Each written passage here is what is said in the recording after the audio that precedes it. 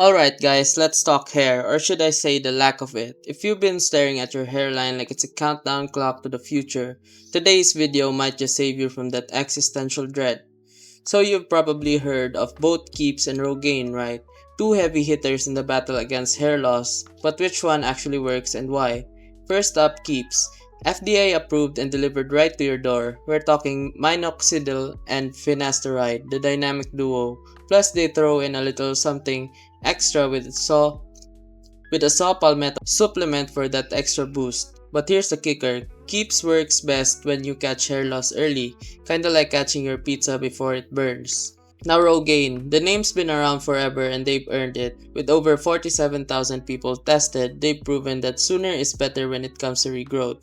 Rogaine's foam is perfect for larger areas and less drippy than their liquid version. But here's the thing, both options are great if you want to see real changes in just 4 to 6 months. No magic, just patience and consistency. So what's the deal? Keeps is all about convenience with their delivery service and extra supplements, while Rogaine is the veteran with a solid clinical backing. Both get the job done, but it depends on whether you want a personalized plan or just want to grab a bottle and start applying. Look, there's no one size fits all solution here, but if you're tired of seeing your hairline wave goodbye, both these treatments have a solid shot at giving you something to work with. Just remember, it's not magic, but it's your best shot at keeping what you've got or getting some of it back. Which one do you think is better? Let me know in the comments below and don't forget to like and subscribe for more comparisons. See you next time.